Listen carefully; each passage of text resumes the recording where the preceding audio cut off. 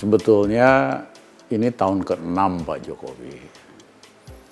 Karena wakil presidennya kan antara ada dan tiada, ya, tahun ke-6 lah. Tahun ke-6 ini sebelumnya memang ekonomi sudah melambat, sudah merosot, kena COVID makin anjlok lagi. Nilainya berapa? Nilai itu kan kalau ada persoalan, mampu nggak menyelesaikan masalah dengan cepat dan efektif. Nah, kalau kita lihat kemampuannya untuk menyelesaikan masalah ekonomi sangat rendah. Yang ada, anggaran krisis makin lama makin besar, tapi manfaatnya buat rakyat yang terasa sedikit. Masalah hukum banyak sekali, ya, Kejaksaan Agung dibakar, itu nyaris nggak ada di seluruh dunia. Kejaksaan Agung dibakar, bahkan Al-Kafon aja nggak segila gitu. Anti korupsi juga KPK sudah lebih lumpuh, dan rakyat hidupnya makin susah. Jadi kalau dikasih nilainya berapa, ya kalau saya dosen apa adanya aja, nilainya 4 lah. Ya itu juga udah kebayaan saya. Ya kan, harusnya nilainya 3 nih. Karena masalah itu biasa dalam hidup. Yang penting ada kemajuan nggak? Ada harapan nggak bahwa ini bakal lebih baik gitu. Nah, hari ini kalau ditanya rakyat biasa, mereka nggak tahu sampai kapan ini, apa yang akan terjadi, apa yang telah dilakukan pemerintah yang terasa oleh rakyat. Ya, makanya nilai saya mohon maaf, 3, agak tambahin 1 lah supaya kelihatan agak baik sedikit, jadi 4 gitu.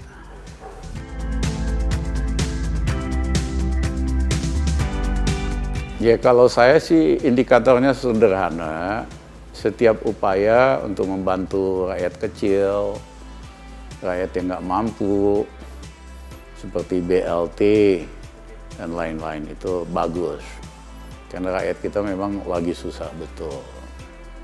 Tapi upaya misalnya buat membantu yang besar-besar, saya nggak setuju. Karena saya tanya, teman saya orang bisnis yang punya hotel banyak, dia bilang tingkat huniannya 3% aja kurang. Nah sekarang kalau dibantu oleh pemerintah 0,5 triliun, bisa nggak kamu naikin tingkat huniannya jadi 70%? Ya nggak bisa Bang. Jadi kalau kamu dibantu stimulus 0,5 triliun buat apa? Ya paling saya beli emas, beli mata uang asing, beli harga tanah bangunan yang udah anjlok. Nah, saya tanya juga teman saya yang punya pabrik, berapa kapasitas terpasang kamu sekarang? Kurang 10%.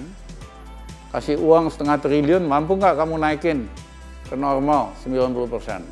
Ya nggak ada gunanya Bang, rugi kita ya. Ya, memang nggak ada permintaan. Jadi, dia bilang kita akan beli emas, mata uang asing, atau perusahaan yang udah bangkrut.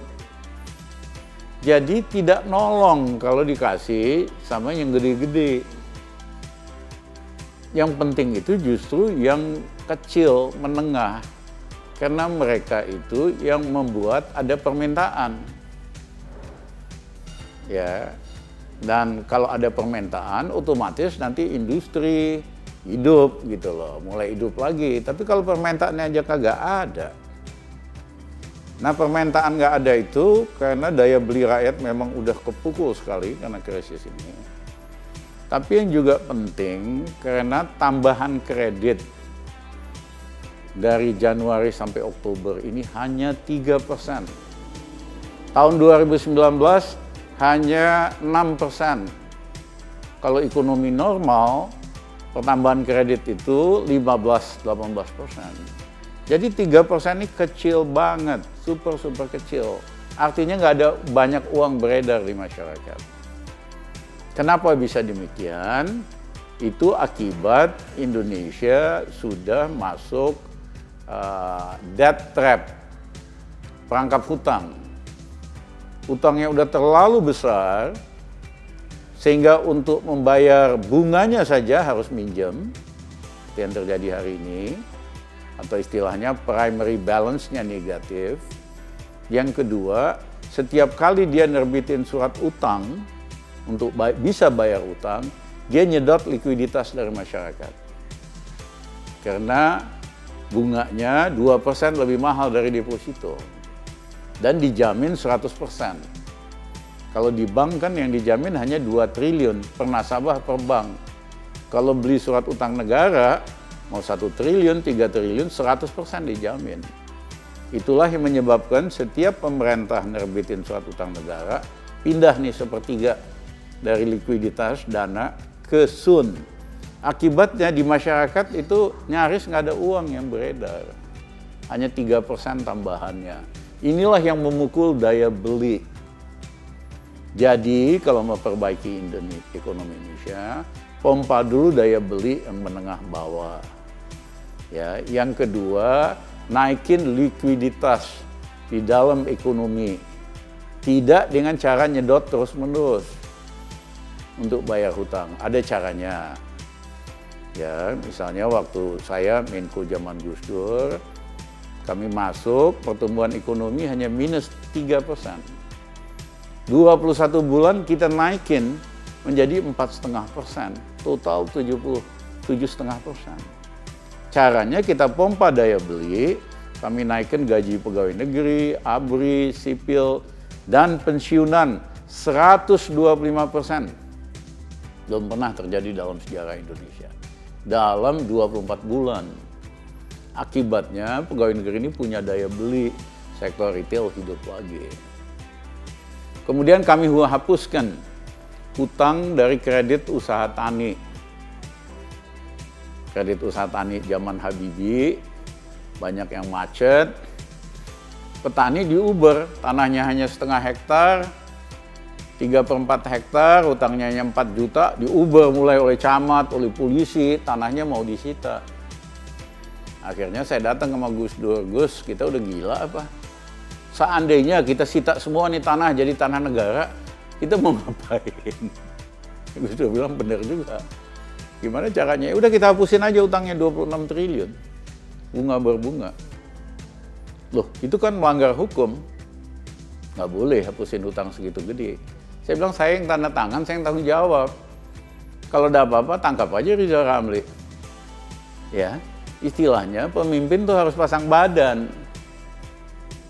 Toh saya nggak dapat keuntungan apa-apa dari situ.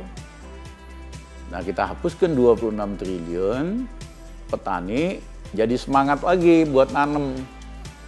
Ya, nggak takut dia. Nah, yang kedua, pada saat yang bersamaan, kita naikin harga floor price gabah. Jadi kalau dia panen, dia lebih untung, jadi lebih semangat lagi.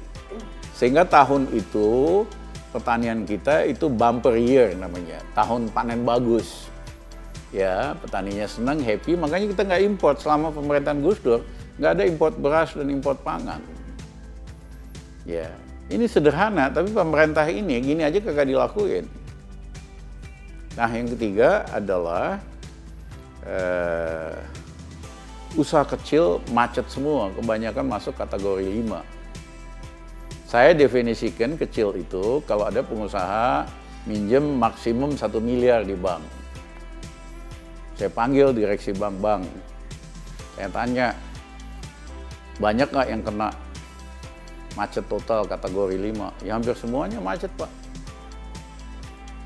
Kalau kita ubah kredit macet ini butuh waktu berapa lama? Mereka bilang setahun, Pak. Biar kata 1 miliar harus ada keputusan pengadilan. Belum collectingnya dan sebagainya. Uang baliknya berapa? Maksimum 20%, Pak. Oh, saya nggak suka, saya mau terobosan. Caranya kita kasih diskon semua pengusaha kecil 50%, 500 juta. Tapi yang 500 jutanya harus dibayar tunai dalam waktu 3 bulan. Apa yang terjadi? Pengusaha kecil ini jual mobilnya, jual tanahnya di mana, minjem sama tetangganya. Kapan lagi dia dapat diskon 50%? Jadi dia bayar tunainya. Ternyata total Mandiri bilang di rootnya, Pak, kami terima 1,5 triliun tunai. BRI 1 triliun, total semua bank 7 triliun. Banknya seneng karena ada uang tunai baru masuk, bisa mulai minjemin lagi. Pengusahanya seneng, dapat 500 juta potongan. Yang kedua, dia kembali lagi dari kategori macet total ke normal. Dari kategori 5 ke kategori 1. Bisa minjem, bisa bisnis lagi. Nah, ini kan terobosan. Sama juga, saya bisa ditangkap saya karena kasih diskon 50%. Nggak ada peraturan ya kan. Ya, tapi saya pasang badan, tangkap aja Rizal Ramli. Gue dapat untung aja kagak dari beginian. Nah, jadi pemimpin itu harus berani ambil tanggung jawab. Hari ini, ya kan, Undang-Undang Nomor 2 tahun 2020, sejumlah pejabat negara itu kebal hukum. Walaupun merugikan negara, dia lolos gitu. Tapi yang tanda tangan kan direksi bank, dirjen. Ya, mereka bilang, Pak Ramli, bos-bos sih enak, mau ngapain aja dia mah nggak kena hukum. Kita kalau salah-salah kita masuk penjara. Ya kita mah slow-slow aja deh gitu loh. Nah, yang ketiga waktu itu, sektor real estate ini yang paling banyak menciptakan pekerjaan. Itu tahun 2000. Saya restrukturisasi. Semua pada waktu itu perusahaan real estate nyangkut di BPN, badan apa? BPN lah waktu itu, iya kan? Aibra gitu kan. Nah, sehingga dia nggak bisa bisnis lagi.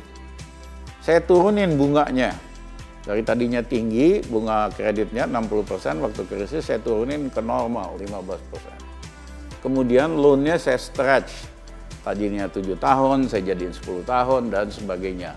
Akibatnya lancar lagi, bisa keluar dari BPPN, bisa mulai lagi real estate-nya. Itulah 1 tahun kemudian sektor real estate bangkit. Ya, sayangnya Gus Dur, pemerintah Gus Dur jatuh. 2 tahun real estate booming bener. Orang bilang yang perbaiki real estate Indonesia, ekonomi, ya kan, Budiono Sri Mulyani. Mohon maaf, mereka mah kagak kerja apa-apa, kita yang benerin gitu loh. Saya dikasih hadiah oleh REI, Real Estate Indonesia, Persatuan Real Estate, sebagai dewa penyelamat sektor real estate Indonesia. Ya. Jadi ada banyak jalan kalau kita mau perbulihin ekonomi. Ini udah 8 bulan, ya, sejak COVID dari awal tahun ini kan udah bulan ke-10. Apa coba yang udah dikerjain buat rakyat? Kagak ada. Yang ada biayanya naik terus. Kemana duitnya juga kagak jelas. Ya, jadi pemerintah ini nggak mampu membawa Indonesia keluar dari krisis. Karena tidak ada menteri-menterinya itu yang punya pengalaman turn around. Dari negatif jadi positif. Atau negatif kecil jadi negatif besar. Kagak ada. Yang ada tuh skandal. Skandal Senturi, skandal ini, itu.